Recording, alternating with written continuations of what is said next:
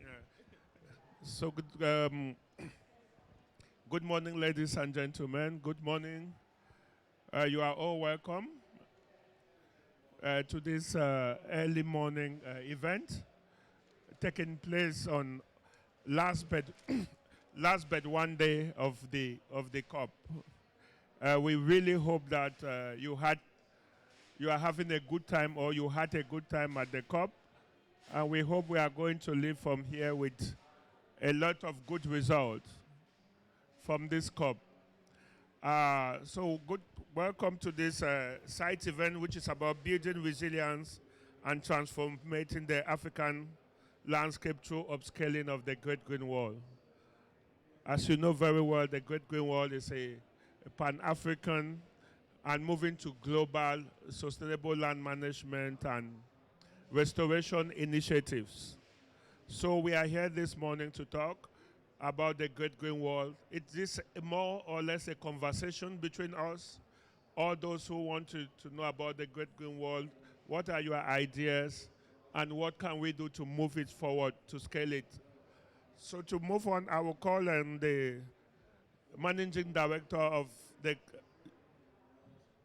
the global mechanism of the UNCCD. Please, Luis, come. You are welcome. Yes, I know. I know. I know. Yes. Sit down first. Don't seize my microphone. Don't steal your microphone. Yes.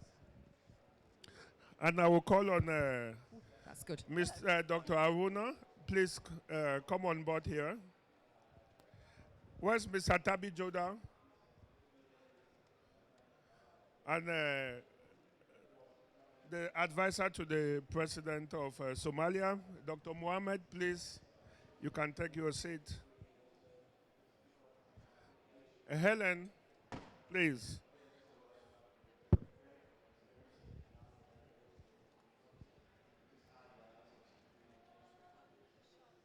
Oh, I go far. Okay. Please, Mohammed.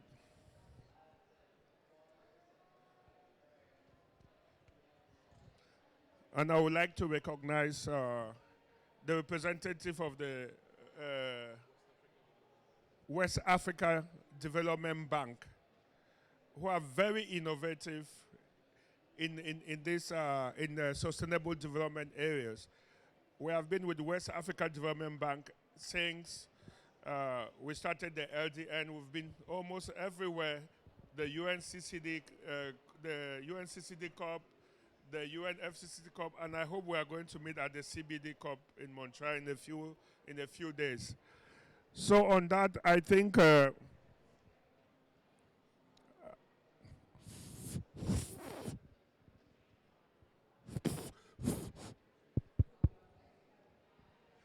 so it's good. Okay, I think we are just going to go. I will now call on Luis. Please, Luis, give us a word of welcome and a word of boosting from the UNCCD. Thanks, Elvis. Can everybody hear me? I'm not sure that's... Can we swap? Hello, hello. Nope. I'll take yours then. I steal yours. How about that one? Nope. No. We've died. Hello? Hello? Hello?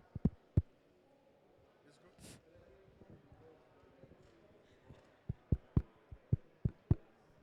I mean, I can shout. I've got a very loud voice, but... You want me... Hello? Ah, look at that. Magic. Good morning, everybody. I'm Louise Baker. I'm the managing... And I just dropped it. Oops, sorry. I promise it's not broken. I promise. I'm Louise Baker. I'm the managing director of the Global Mechanism at UNCCD. So first question normally is, does anybody know who the UNCCD is? Does everybody know who the UNCCD is? Who does not know who? Okay, I normally have to ask this. I'm kind of excited to be at a UNFCCC because you're all supposed to know that we're the sister convention that deals with land and water. So productivity of the land, and availability of water resources. So for us, the Great Green Wall is absolutely a flagship. It's absolutely, it's doing, and somebody said this at a discussion we had the other day, it's doing everything that this COP is asking the world to do. It's adapting to climate change. It's ensuring food supply. It's ensuring the availability of natural resources. It isn't a line of trees in the desert. It's a mosaic of different land uses. So it's protecting the environment at the same time of building up a rich tapestry of economic opportunities, really seeing the natural world and a relationship with the natural world as the basis for building a really solid economic future. It's also something that has captured the world's imagination. So in my role as Managing Director of UNCCD, I'm also in charge of something called the Great Green Wall Accelerator. And that's there to help the Pan-African Agency, to help African institutions accelerate the implementation of this project, because the world is watching. Money is available. The One Planet Summit in 2021, $19 billion was pledged for the Great Green Wall. It's starting to come online now, so we're expecting to see real progress in the next couple of years. And I think there's a real enthusiasm in Africa, but also in other parts of the world, to see that this works and that this is something that can be replicated in other places. So it's really the crucible of everything that we're trying to do in terms of adaptation. It's about people who are at the front line of climate change and natural resource degradation, grabbing back control of their lives and of their environment and putting it on a restored, healthy and productive path. So I work a lot in the north, in the Great Green Wall of the Sahara and the Sahel. And I'm really also delighted to see that this is something that the entire African continent is. I know it's been a political commitment from the continent for a long time, but now translating that political commitment into real action on the ground in other parts of the continent. Very, very excited to see the work emerging in the southern African region, and hope that there will be other regions to follow, because I think this is something that, done right, is absolutely going to transform what the region looks like. Thank you so much. Thank you very much, Louise. Yes, we saw the Côte d'Ivoire. Côte d'Ivoire recently joined the Great Green Wall.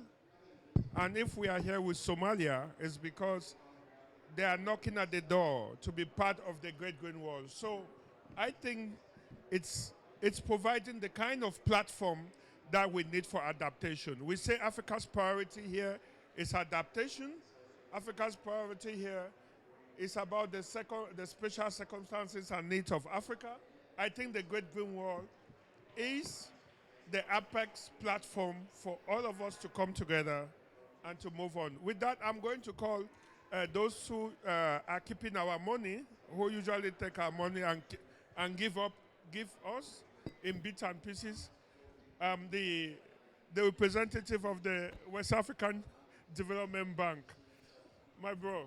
Thank you very much. Thank you very much for that warm introduction and those words, those wise words that you provided us with this morning.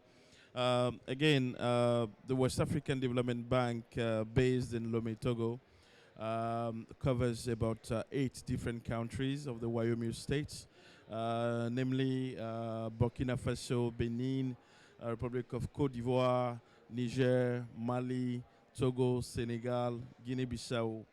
And those countries, we work with them, especially in my department, which is the Environment and Climate Finance Department.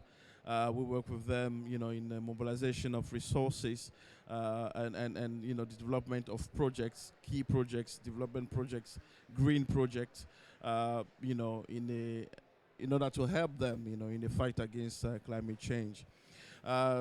Recently, the West African Development Bank developed a strategy, 2021-2025 strategy called the Joliba Strategic Plan, which aims to, commit 25% of its, global funding to, the fight against climate change. That being said, that is translated to be about 825 billion XOF CFA, which will be, invested between the years of 2021, 2025 on green projects, basically. We have various projects when it comes to the Great Green Wall initiative, and I think we've already begun with few that were funded and co-funded by both the GCF and also the GEF. And I think this is a perfect platform, considering it's in their pavilion, that we are hosting this event, to also acknowledge the fact that they play a great role, and we are accredited to the three funds, namely the Growing Climate Fund, the GEF, and the Adaptation Fund. I think I'll stop here for an introduction, and we can continue the discussion later. Thank you.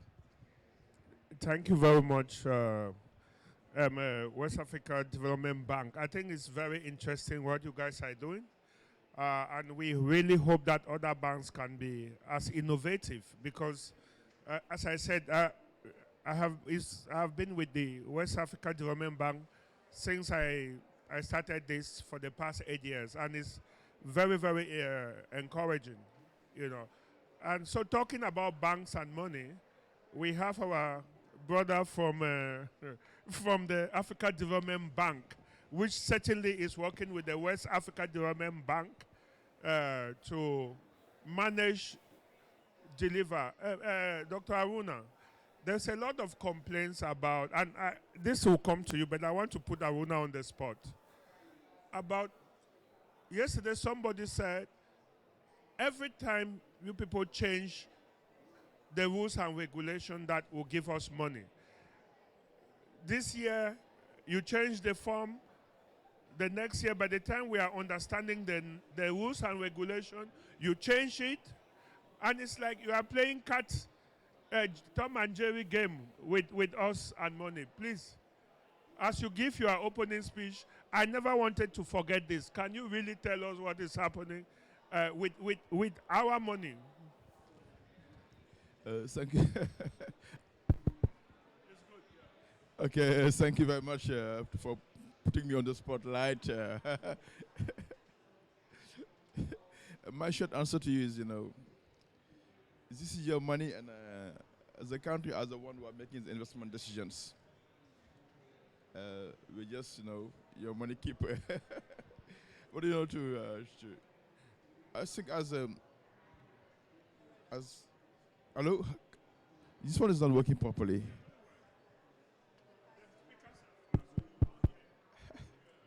Can I change? Can I change? Okay. So. Hello? No, hello? Is it okay? Okay. Okay. Yes, I think as Luis says, the Great Green Wall is, is the perfect platform for us to showcase action. Since COP27, we are talking about moving from pledges to action. We are talking about being transformative. We are talking about breaking the silos. We are talking about moving away from business as usual. I think here, with the Great Green Wall, we have a wonderful opportunity to streamline all those different processes from, this push for putting climate adaptation,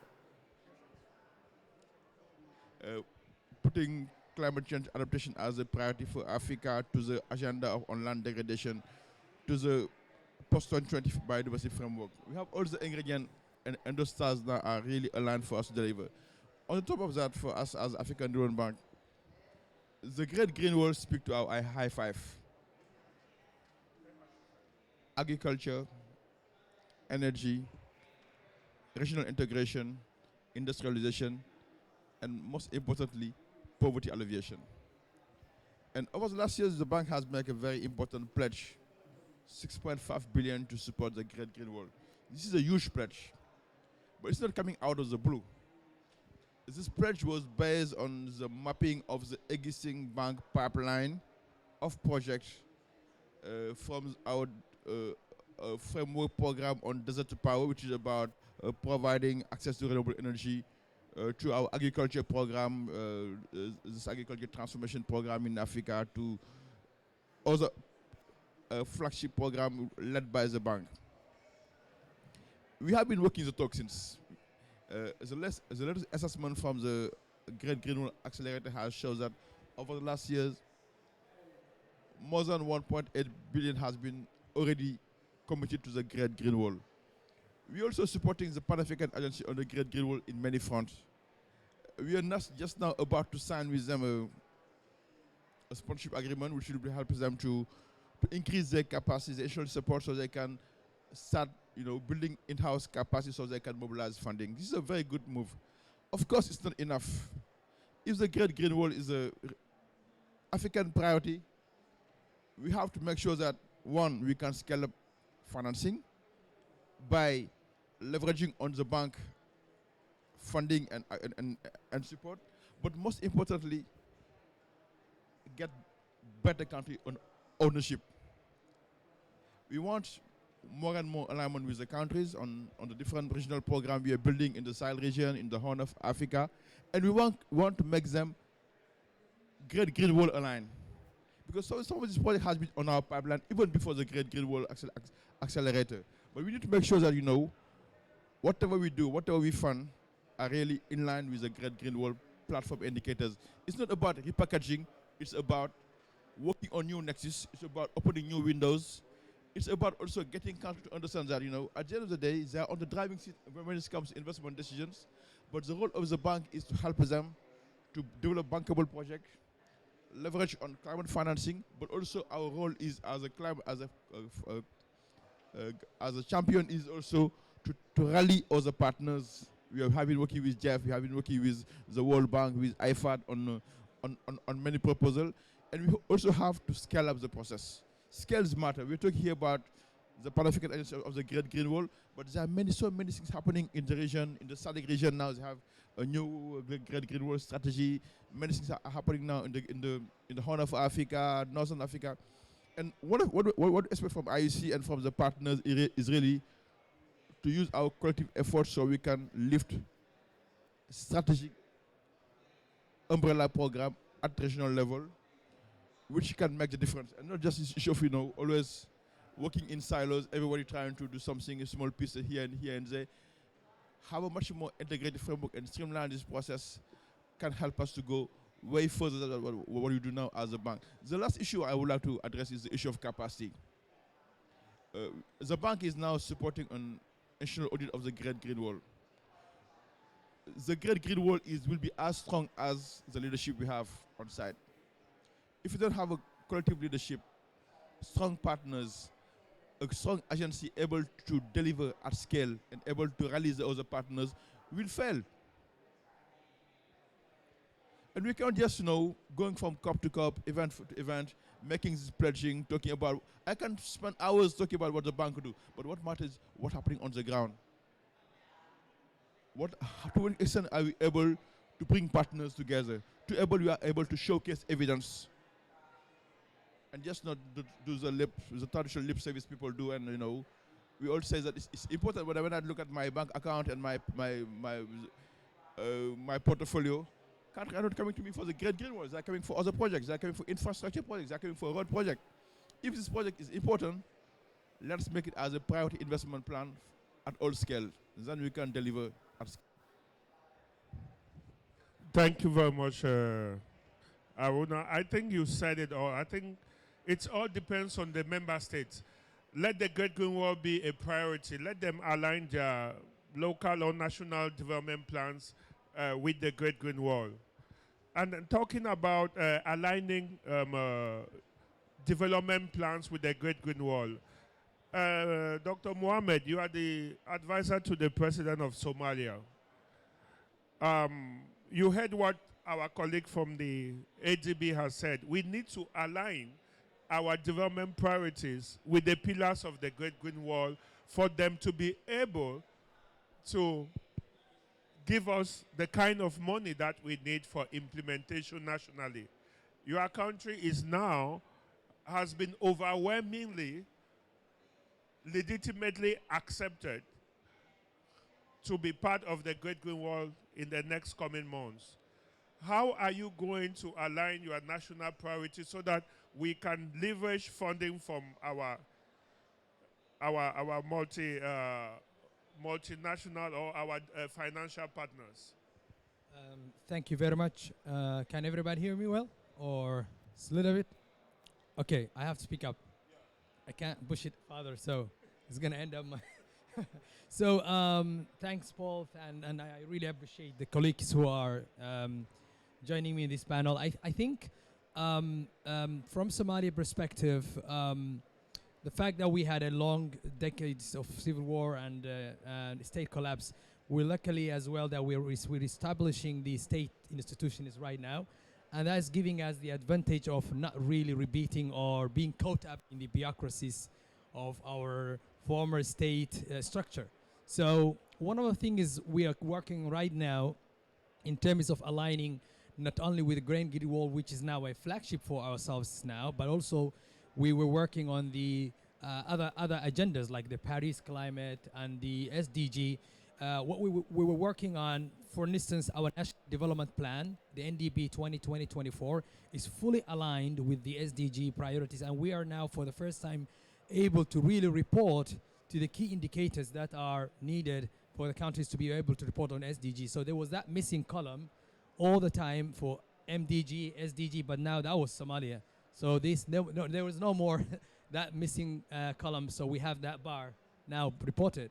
The other interesting thing we're working on is the public financial reforms, in particular open budget process, making sure that the national budget preparation process across all stages are aligned with our development national development plan.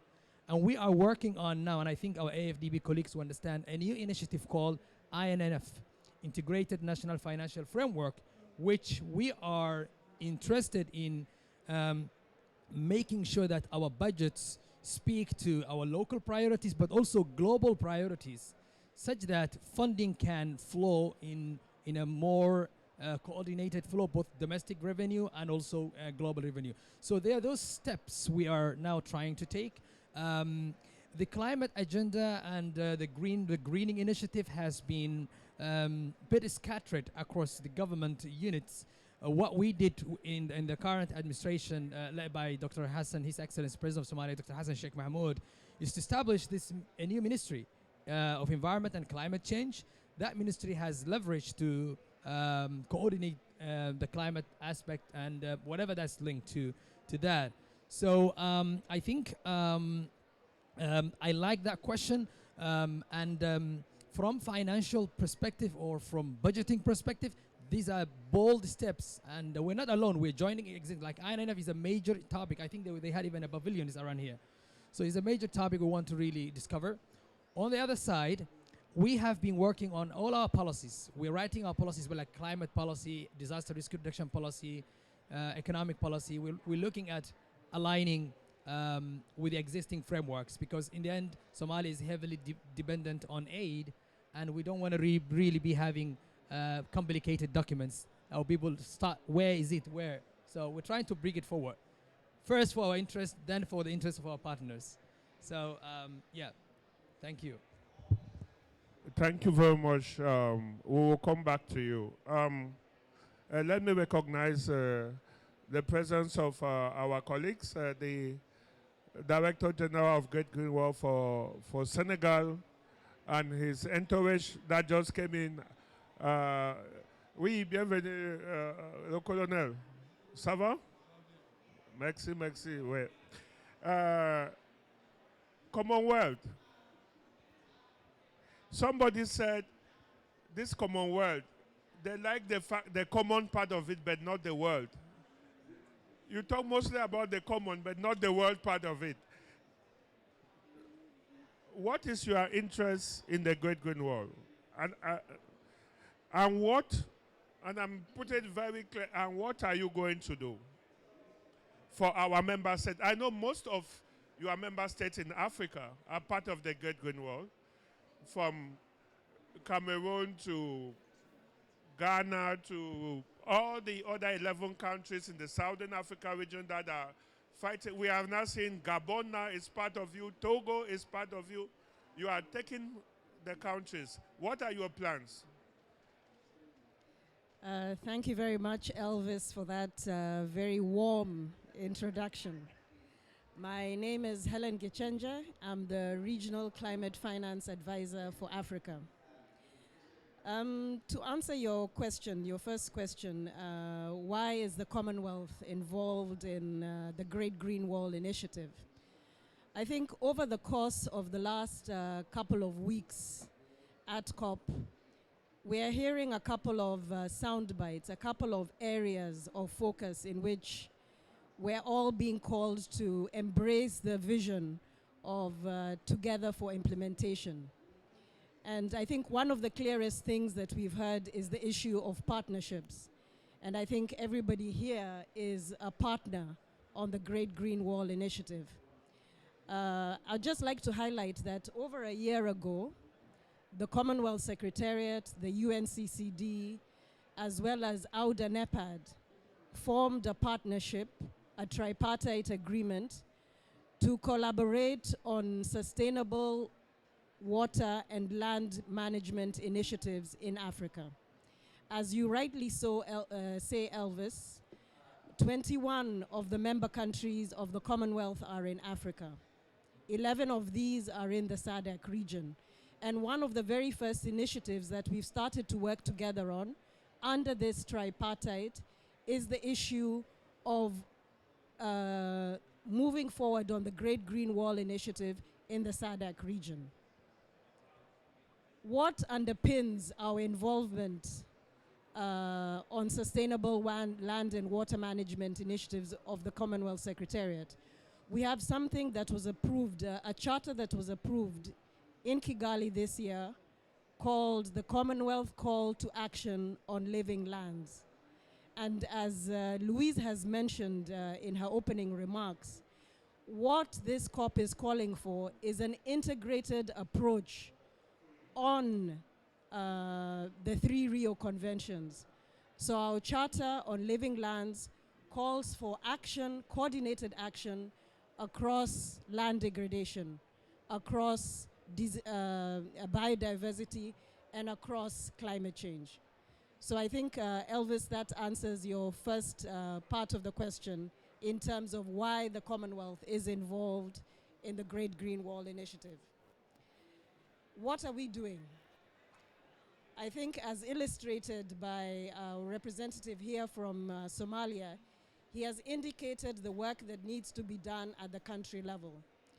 And the Climate Change Finance Access Hub of the Commonwealth Secretariat is one of the programs in which we field advisors, we deploy advisors to the countries to work specifically on what Somalia is working on in terms of developing, let's say, the national action plans, investment plans, specifically to address land degradation.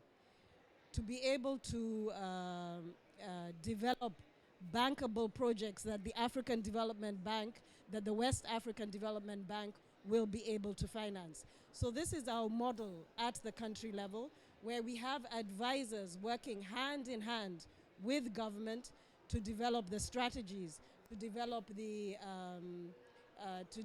projects that will now be able to implement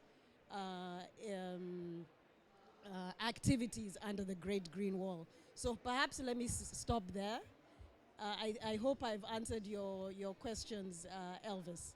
Thank you very much. I'm just going to jump in and say, as well as the banks, also, because we're sat in the GEF and the GCF Pavilion, bankable projects for GEF and GCF as well, correct? Correct. All forms of finance are us.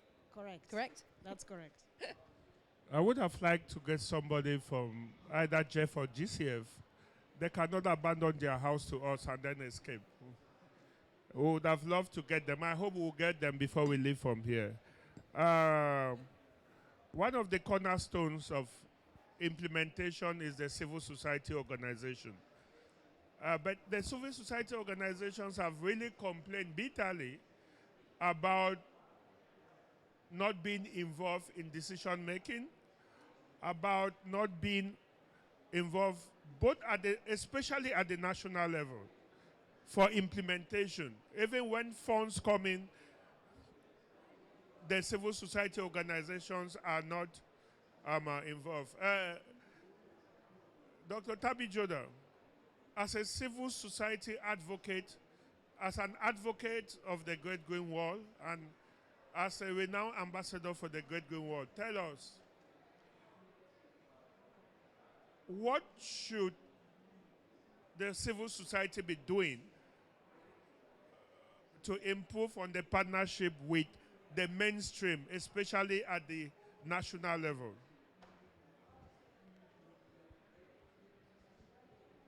Thank you very much, Elvis, and thank you, earlier speakers. Apologies for jumping late. I had to go get that great man sitting there to join the discussion. It's from Jean-Luc from the French Institute for Research. Anyway, recognizing the presence of all amazing leaders here, all the great people we have been working with. Very clearly, Elvis, two things I'm going to say in that perspective. The civil society is already having the commitment and the readiness at all levels. And of course, the platforms are available. I can say that. Now, where the civil society needs to move very fast is in terms of leveraging the opportunities that the African Union has provided in terms of trying to create coordination at the different levels. But I will say before, let me not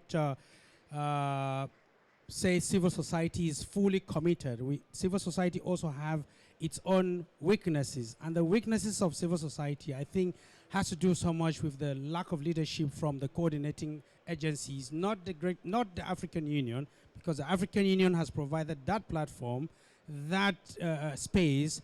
But I think entities, our partner entities, perhaps not to mention names, but just to say, calling on UNCCD, calling on the Commonwealth and other partners to actually look at some of the most often neglected aspects that spur civil society engagement stronger, especially at the national level. How? Sometimes you talk about big money. Big money, big money, big money. This money ends up only in papers. That's one. Two, sometimes we fail to recognize that the civil society are working on the front line, and they can use as little as, in fact, the most minute amount of money that can be available can actually change a whole lot of things. They are not waiting for big money. So this whole perception of thinking that civil societies are looking for big money or must have big money to engage has to be looked at in two ways. We, the civil society, needs to realize that the little that we can have can actually create big impact. Our partners also there need to recognize that any little that you can support with has a very great impact it can create. However, Elvis, before I conclude, there is also a very big challenge on the ground in terms of how can civil society be better positioned or be better supported. Civil society needs support in terms of implementation. There's already a lot of campaigns out there. There is already a lot of publications out there. That is not more needed anymore. What civil society needs assistance and support and engagement collaboratively with you is to see how we can start going directly on the front line, transforming livelihoods where the women are losing their natural ecosystem services that they are dependent on, where the young people are, as we speak right now in Senegal, my brother here might testify, some people are making their bags now to travel across the Sahara to move to Italy and to Europe as we speak. But because time is running, as the clock is ticking, time is running. So let's move very fast in seeing how we can engage strongly with civil society in making sure that we have a common way of functioning, common collaborative actions, and making sure that we don't neglect how little what we do can create big impact. Thank you very much. Yes, Luis, you have the mic. I do. So now I'm going to break this down and we're going to get controversial. Great. Couple of things. One, in terms of mandate, our mandate is to work with governments. So we work with, we're a convention secretariat. However, can you hear me? Okay, very good, rock star. It's how a rock star sings, right? The, the I want to come back on the civil society piece and ask a question. And the question for me is about, particularly in the Great Green Wall and the Sahel, but I think it stands everywhere. It's a question about charity versus investment. So actually, when I'm thinking about civil society now, and when I'm thinking about I'm thinking about small enterprises, I'm thinking about ecopreneurs, I'm thinking civil society like that. I'm thinking about. I think the story of the Great Green Wall is a story of transformation, and it's a story about communities that were struggling, and they're being creative, they're finding solutions, they're creating small enterprises, they're building the future in a sustainable way. So when I'm thinking about civil society now, that's where I'm going. I'm going down the financing line for a viable business opportunity, an opportunity that presents people with livelihoods and perspectives going forward. I think we're kind of, I'm beyond the kind of networking civil society now, and I really want to see people making livelihoods, not just about survival, but about thriving. And I think that's, that applies kind of everywhere. It's particularly true in the Sahel, but I think in the South as well. And I just want to come back and say to Hella, it's been an absolute pleasure working with the Commonwealth so far. We have a really nice kind of symbiotic relationship.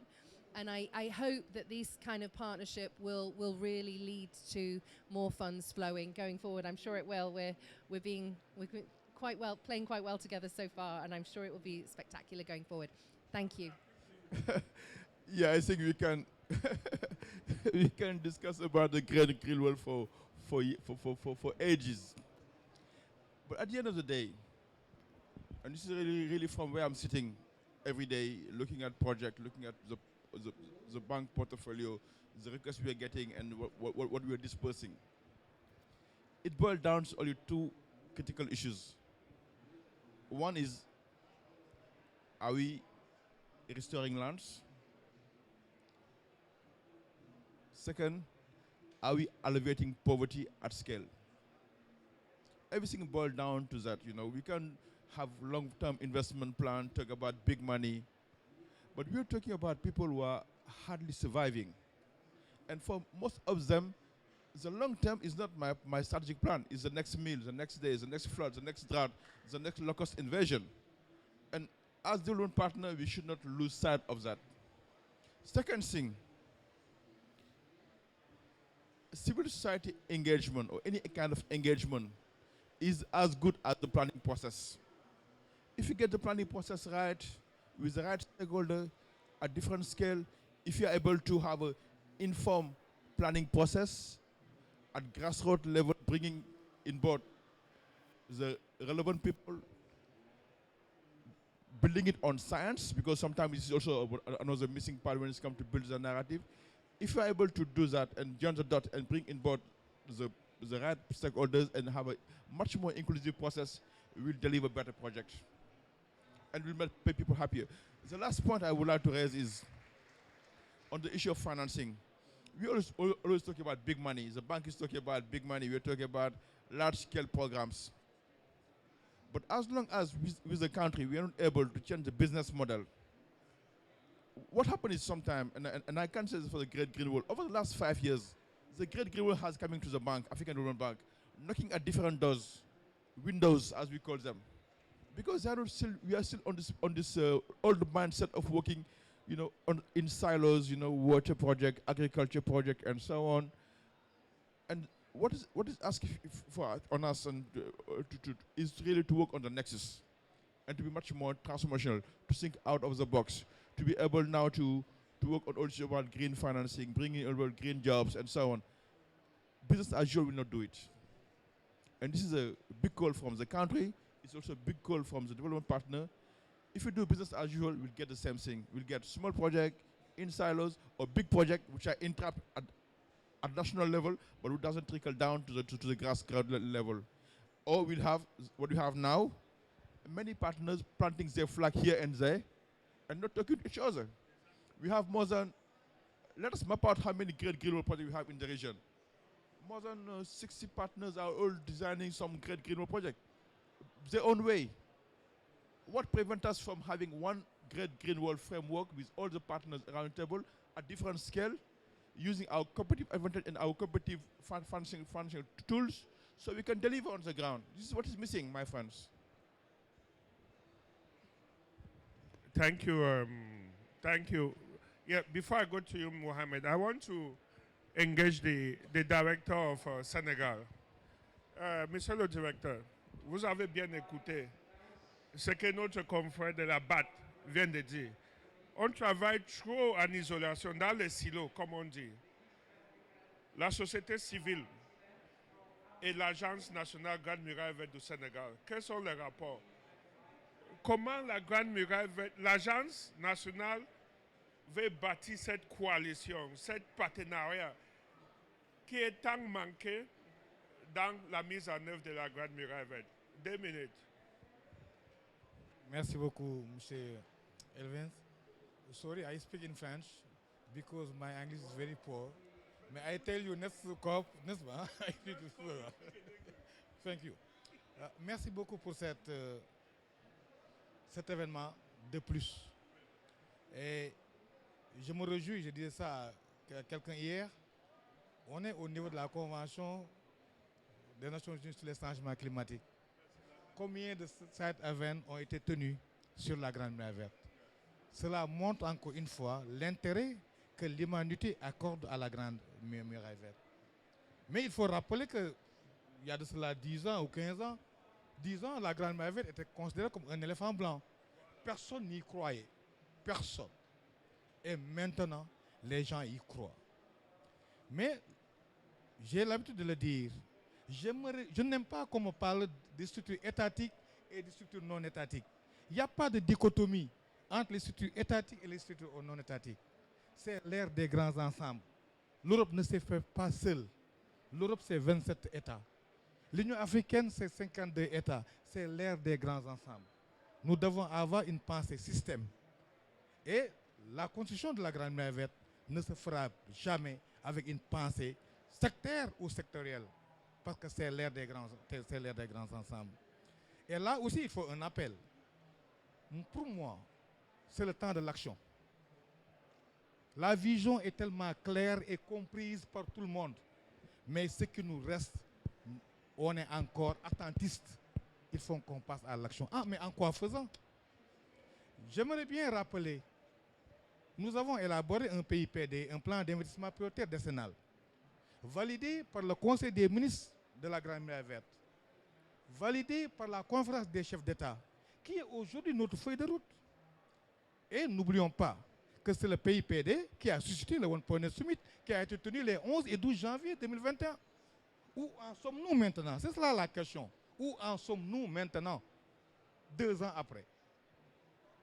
À Abuja, au mois de mai-juin, mon collègue Aaron ne me sera pas mentir, on était à 12% de mobilisation, malgré la mise en place de l'initiative de l'accélérateur. Et pourtant, ces engagements de 19 milliards de dollars, c'était pour 2021-2025. Mais à ce rythme, à 12%, il nous faut aller à combien d'années pour pouvoir mobiliser ces centres? Je vous rappelle que la vision est claire, mais c'est l'action. L'action se fera avec les structures étatiques et les structures étatiques.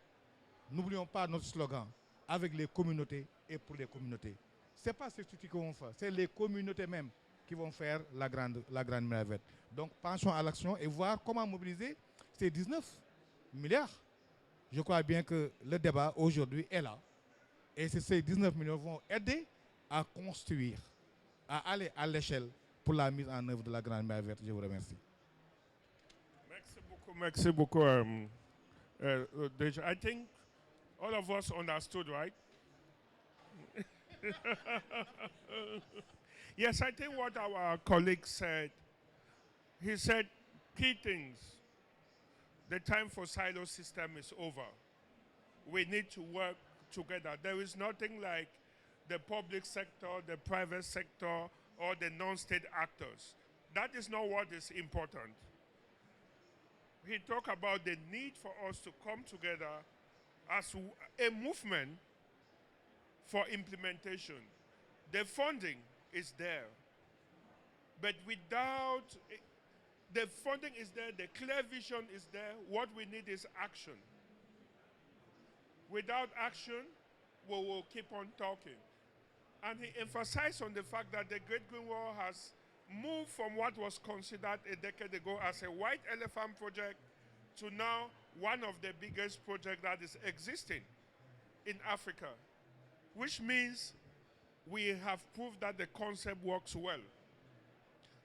And we just need to mobilize all the funds that have been pledged for this initiative as one group, just like what Aruna was saying, just like what everybody is saying here. We need to work together as a group. And that takes me to Somalia. Yeah. You are just coming into the Great Green Wall, and you are getting some hints about some of the challenges, working in silos. People taking, everybody has its own small Great Green Wall in his pocket. What are you going to do? Because you need to correct that. What is the kind of thing that you think your government can do now that you are coming on the platform? And you Thank can you. give your ideas about Exactly. the other things. Excellent. Thank you so much, Dr. Elvis Paul. I think I want to touch that part, but also provide two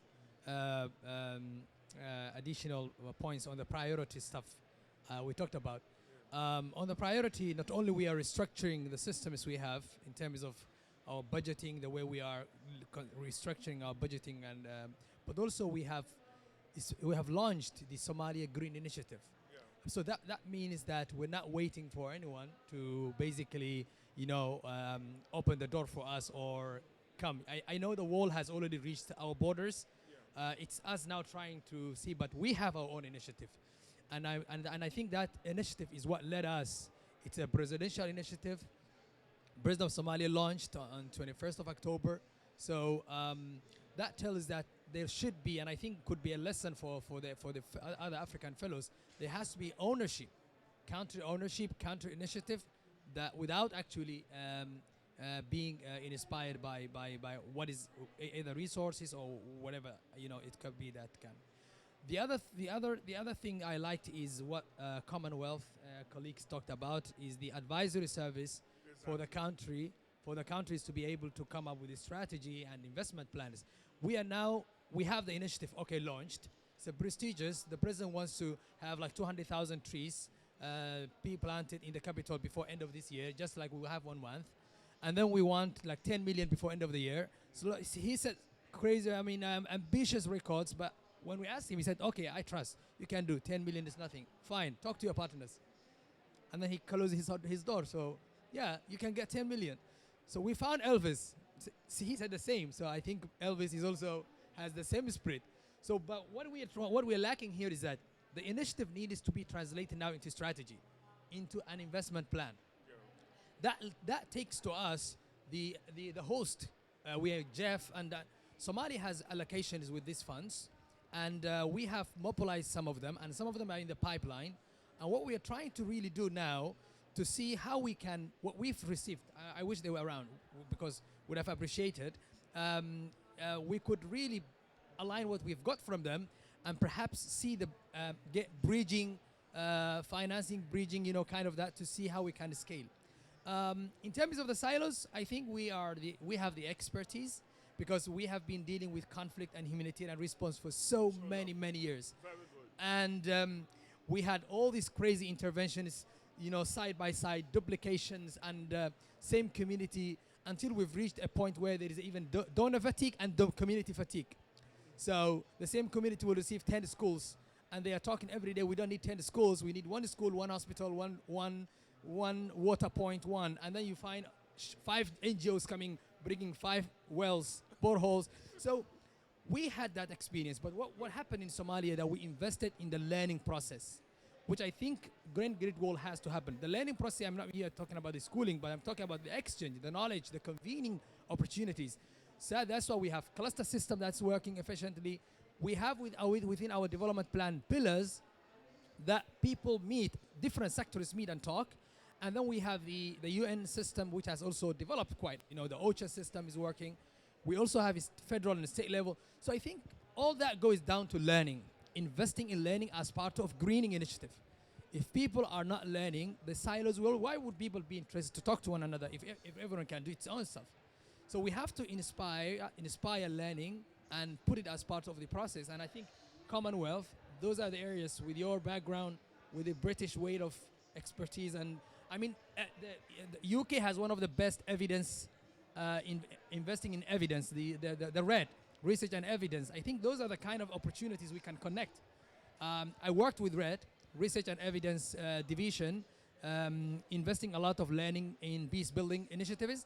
So those are the kind of opportunities. Even with the USAID, there are also learning opportunities. There's US Global Development Lab. There's so much research. So I think learning should be an agenda that could come in, and we will benefit. It was very, very, very difficult at a certain point for us to really understand what this wall is all about. Yeah, thank you so much. Thank you very much. Bewade, you have listened to all these people talking about the need for our member state to set their priority right, linking to the Great Green Wall. We've heard about the importance of working together. We've heard about the issues of capacity and what our director from Senegal said about the fact that there shouldn't be any silo, that there shouldn't be anything about public sector, private sector. We should just work. How does an institution like yours come in? How does working in silos affect you as an institution? And what can be your recommendation? Thank you very much for that question, and I thank all the panelists for all this valuable knowledge that they're sharing with us. I think at the West African Development Bank, we've learned from past strategies that we've implemented, and then we've sort of developed new strategies that are slightly different from what we were doing before. Working in silos has never been something that we do. We are a development bank, so this is about 8 different countries that are together. It is true that when it comes to sectors and priorities, the bank belongs to countries, so countries have their priorities that is set up, and we are sometimes obligated to follow, what countries' priorities are. Nonetheless, we've always, tried and developed, partnerships with countries, civil societies, and everyone, and all the stakeholders when it comes to project, development.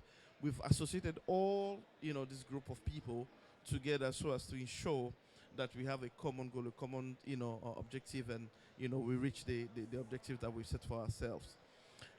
It is true that when you look at our portfolio in terms of project that we've financed, for example, you will see that especially on a green wall, we've done projects with Senegal, we've done projects with Mali, we've done projects with Niger, and I can mention few. In Niger, for example, we have a $46.9 million project with the GCF that was co-financed by the GCF at the 33.8% share. We have one again with Senegal. 1,000 villages were part of this project, rural electrification. Again, same thing with Mali. So we've been working really with all these countries as one, basically. And we are very happy to hear when the African Development Bank says, we need to coordinate our actions more proactively, so as to ensure that we have a collective, efforts, at the forefront of things. And I think we are very much happy to also work in that line and ensure that, we do that. We've already been doing it, but it's just a matter of better coordination. And I think I'm happy to see such beautiful initiatives being launched by Somalia And I think also that, definitely as a regional institution, we can definitely collaborate with other partners to see how best we can also put an effort. And thank you very much. I think now we are going to open the floor. We have about 14 minutes. So I will open the floor with our colleague from the Research Institute. We have said everything except research, and I know you talked about the need for science. So, Monsieur Jean-Luc, c'est pas Mélenchon, Jean-Luc Chaud, en français comme en anglais, ça peut aller. Thank you so much for giving me the floor. I would like to thank all the panelists because they are very insightful contribution to the thought what should be the Great Green Wall by 2030. What I would like to say, and capturing one keywords, breaking silos. As a former member of the Science Policy Interface of UNCCD, looking at land degradation neutrality, we all know that when we care about land, we care about biodiversity, we care about climate, and we care about food security. And what I would like to say, jumping onto the say by Colonel Goradjob from Senegal, when I read the strategic plan for the Great Green Wall by 2000, I was very pleased to see that there is a need to strengthen the scientific and technical community. So what we did at IRDM as a French research institution in collaboration with partners of all national research institutions from Dakar to Djibouti, we look at the scientific publication. Very few so far have been involved African countries. While there are a very broad expertise on social science, economic science, environmental science, health science, climate science from Senegal to Djibouti. So my message, we need to strengthen coalition at the global level of the Great Green Wall, but also at the national level to scale up expertise, interdisciplinary expertise. National scientists should be on board with all stakeholder NGO, and my company, my institute is ready to play is part of his contribution. Thank you so much. Merci beaucoup. Thank you very much. I think the issue of science is very, very important. And let me use this platform to say, as we speak, the African Union and its partners are developing a new strategy for the Great Green Wall. It's a new strategy that is going to be very broad and futuristic, because we also, within that strategy, we have a 10-year implementation plan, which means we are looking for 10 years ahead. What will the Sahel be? What will the Great Green Wall be? What will the dry lands of Africa be? So, and science, I think, is very important. Data and research results are a big challenge. We need as much science as possible. And talking about science, Jonathan, I know you have been burning to say something, especially maybe about what you are doing with Green Up Gambia, the Great Green Wall front line. Can you share a bit of what is happening in the Gambia? I think it very much speaks to what Louise was naming about how civil society is becoming an entrepreneurial society. And I see three things happening, and it's a kind of journey. And it starts with the citizens' assemblies and making this a project owned by the grassroots. But it very quickly becomes about the science and really serious models, not of singular species, but of ecosystem approaches. And the world's best scientists, the region's best scientists, and the local wisdom keepers working together to create science-based models of ecosystem restoration, which I'm pleased to say, I think, at least in the context of the Gambia, we've cracked over the last few months. And the third bit, and the most important bit, and the most exciting bit, is the investment prospectus, the collective investment prospectus, not for one or two or even a dozen initiatives, but for 500 initiatives that deserve the capital to go to scale. And that becomes our collective project, and where our colleagues from the banks can help us with what are the criteria you're looking for at different levels of capital, from the patient to the commercial. And we'll match you over the next months with a collective document that's the investment prospectus for us all, owned by nobody, but owned by all of us. Thank you very much for that prospect. Anybody in the forum? Il y a quelqu'un qui voulait partager deux ou trois choses avec nous? Sinon, je vais choisir. If nobody is talking, I'm going to choose. The young people, are you with us? You want to say something?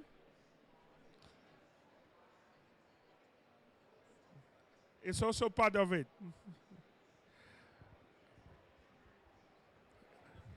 In the absence, so you guys are going to round up 1 minute per person, and I just want you to give us the take home. What are the take home that we should take home from here as your message from all of your institutions? What are the take home messages? I think the most important take home is the power of collective action. Yes, this is better. I think for me.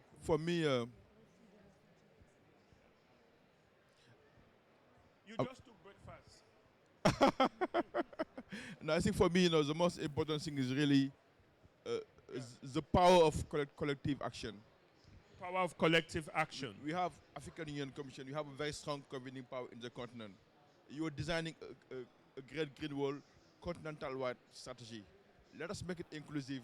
Let us bring in board all the development partners, all the financiers, and let's have one conversation about the great green wall, and let us be practical. If we can lift if we lift from the ground an umbrella program with a financing mechanism which can help us together to lift concrete project off the ground, not repackaging, but innovative project off the ground, bringing in board all the stakeholders and working at scale and having different layers of intervention and having a transparent tracking and accountability mechanism, we can really move forward. And this is really my like this.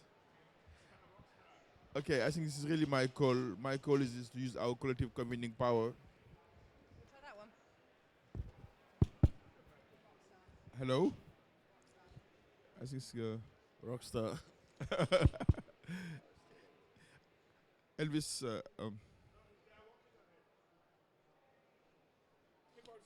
Let us not do another great green wall strategy. Let us not do another donor round table.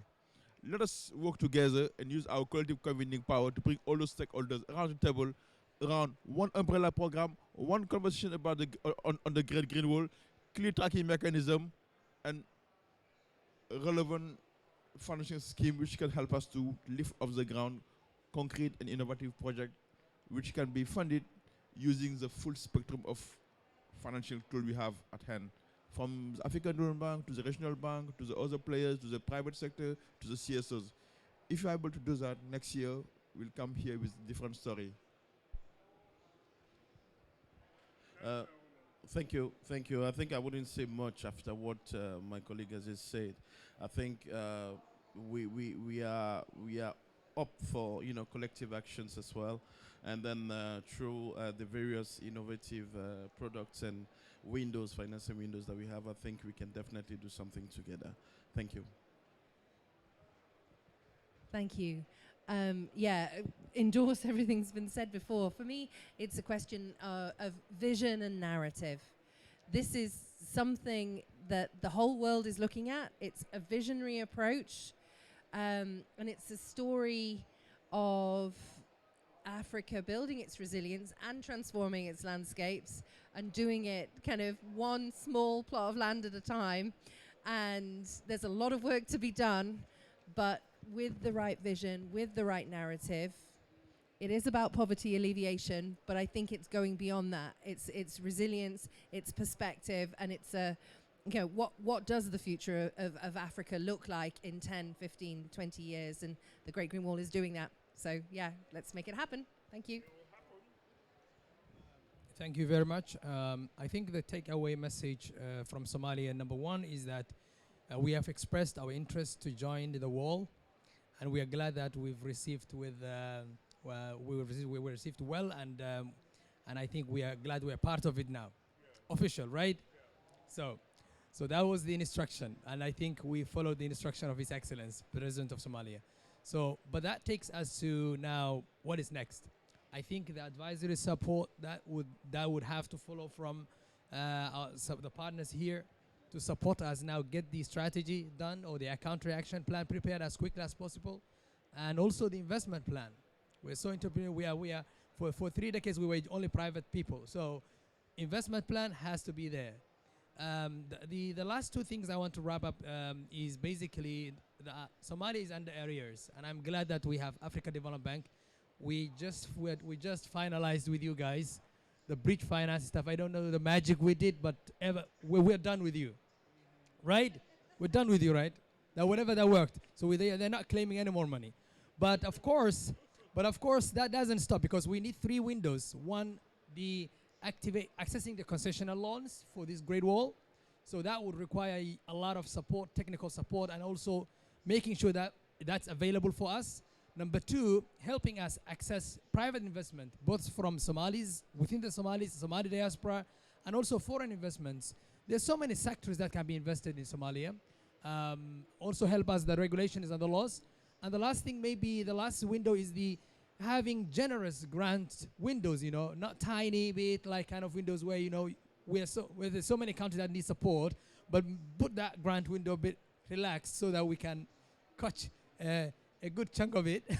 So the last part is the civil society. I want to conclude. I think Somalia, the current state system we have now, the state institutions were established by the civil society. When the state collapsed in 1991, it was the civil society who were negotiating with the rebels, with the political organs, brought them together in one room, put them under pressure. That's the first transition government in 2000. It was the civil society which led. But I'm also coming from civil society. Civil societies cannot work without governments. That has to be clear. Public institutions has to be there, and they have to be functioning. And a civil society without a government is just like you're building a sand. You just it doesn't make any sense. That's the conclusion we made. So we want the 2 sectors working together, thriving together. The public sector not swallowing and eating up the civil society, or the civil side not undermining the role of the government. That's our experience after 30 years of without government, without state institutions. And I think within the Great Green Wall, I think that's what we need to figure out. How do we strengthen the role of governments while making sure that the civil society take their role as well? Thank you. Yes, Commonwealth. Pass it over to the civil society, please. You are going to do the final round-up. Who is going to do me? No, the Commonwealth. They have our common, common interest. How common is the Okay, anyway, very quickly, I want to speak in 2 capacities: as civil society, at the same time as ambassador for the Great Green Wall. And first, as civil society, I want to say we are committed to work together to provide tangible, measurable, deliverables on the ground, especially replicating and scaling models that are already working on the ground. We don't need you to reinvent the wheel. There are already very many existing beautiful examples everywhere. Let's see how to harness them and actually, unlock the potential so that we can see the jobs, we can see the revived communities, we can see improved incomes at scale in all these communities. We also see how we can diversify and approach our governments in them to shift investment to physical, military, armaments, arms, and military investment into nature-based investment that can help people. Nothing provides peaceful communities like access to food and necessary basic services. Then now, as ambassador for the Great Green Wall, I want to call upon the African Union to take charge in the steering wheel right now to mobilize all partners and all entities interested in working with the Great Green Wall or on the Great Green Wall to be part of the harmonized regional strategy for the Great Green Wall. Otherwise, we will work to perhaps start seeing how to blacklist those who want to use the brand of the Great Green Wall for selfish intentions. I am very frank. I don't want to be politically right. 2, I want to call upon UNCCD to look into the whole idea of the accelerator. We are completely, as civil society, very concerned that the accelerator is not representative of the people, and it does not provide the expected, expected energy, the expected opportunity that communities need. So with that, I am saying that the accelerator is, if it should exist, it has to be revived. If it should exist, I quote, if it should exist, it has to be revived so that it is people-centric, it is feasible for development, it actually representative of the people. Because since when the accelerator was launched till now, people have died of hunger. People have died in migration. People have died in conflict. We want to see that really coming out as a solution. Otherwise, we will call upon it to not exist anymore. Sorry. Finally, I want to say that all partners, African Development Bank and West African Development Bank and all the partners sitting here, I just, not politically right again, we all have the responsibility to work in harmonizing this regional strategy or the new Great Green Wall strategy if we want silos in practice, not in principle. Thank you very much. Thank you, civil society. Do you want to say something? Okay. You people are going to have conversation later. That's good. That's excellent. So, on my behalf as the African Union is just to say we are ready. Our role is simple. We are representing the member states. We want to bring all our partners on board.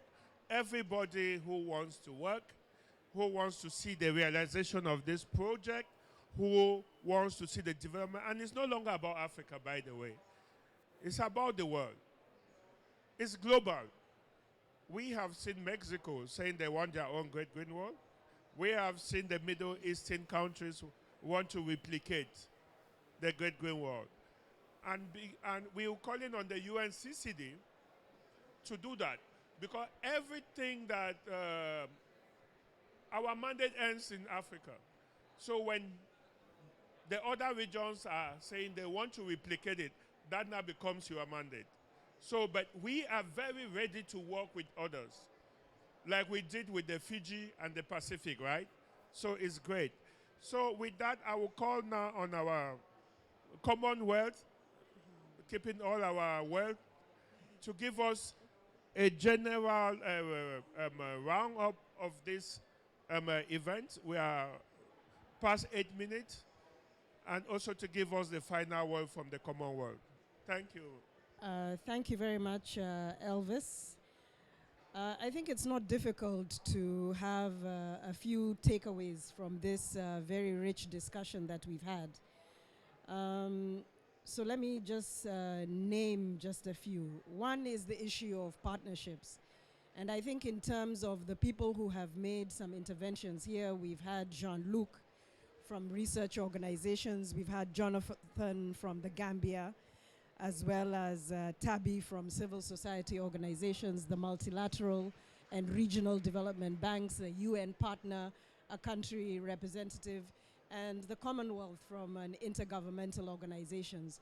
It shows that we are all engaged in this process to provide support for countries and regional organizations to move forward on the implementation of the Great Green Wall.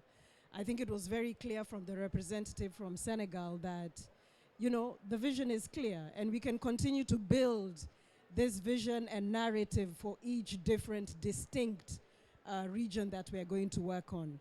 We know what to do. You know, it's been validated at the country level. So let all partners, you know, work together towards this common vision. The second issue that we've heard is the issue of integration. And I think it came out very clearly from the representative from the African Development Bank. This is about alleviating poverty. Louise has mentioned it's a mosaic of projects, because you can imagine a woman sitting there unable to feed her child is not thinking about land degradation in a silo, is not thinking about biodiversity in a silo, is not thinking about climate change in a silo. This is about, and in some regions, very much about survival. But in other regions, as we've discovered in the SADC, by naming the pillars, it's about transforming economies. So we need to be able to think about how we are going to be able to implement the Great Green Wall in a very integrated manner. The third issue that I'd like to bring to the table is the issue of finance. We've heard from Louise mentioned the issue of the 19 billion available. We've heard from the African Development Bank various windows that they're going to be able to access to implement the Great Green Wall. And also in terms of the key priority for the Commonwealth Secretariat in terms of our main climate change program called the Commonwealth Climate Finance Access Hub is to be able to sit with countries, to be able to develop those bankable projects, to be able to develop those investment plans, and to be able also to develop the human and institutional capacity so that we move forward on Great Green Wall implementation. And then the fourth that I'd like to highlight is the issue of scale and speed. I mentioned at the beginning of my intervention that it was just a year ago that we formed the partnership with AUDA NEPAD, with the UNCCD and ourselves. And at this COP, there's been some very good news with the announcement from the CIF, the Climate Investment Fund, on their Nature, People and Climate program, of which they've just announced the first round of funding, of which the only regional project that is going to be allocated funds is one under the Zambezi Commission. And 5 countries there, Malawi, Namibia, Mozambique, let me not get the countries wrong, Tanzania and Zambia will receive some funds. This was an announcement made in June, and already there is going to be some funds, I think, going to the African Development Bank to be able to develop these projects. So it is possible. The money is available. We do have partnerships on the ground to work together. We can work in an integrated way, and let's get something off the ground. And I think the example from the CIF project is an example that there is action that's going to happen. Thank you very much. That is great. Thank you very much. Thank you very much, Helen, and you always deliver on this thing. So, yeah, you need capacity. So, she's doing so. On that note, dear colleagues, will say we've come to the end of this very interesting program. All I want to say, we encourage all those who want to engage. Luis is here, the banks are here, the civil societies are there. Countries like Somalia, they are coming on board. They need all the research. So on that note, on behalf of the partnership, let me say thank you and happy COP Day again today as we go towards the end. Thank you very much. Please, just to announce that by 5:30, 5:10, right? 5:10, 5 o'clock. Yes, 5 o'clock, we have a Great Green Wall youth session at the Africa Pavilion. So it's really so much about the youth. So you might want to be there to share ideas on how the youth in your country can be part of the processes here. Thank you.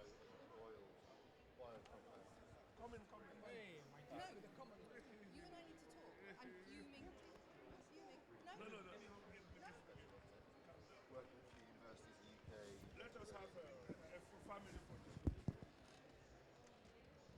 going to take the photo, by the way?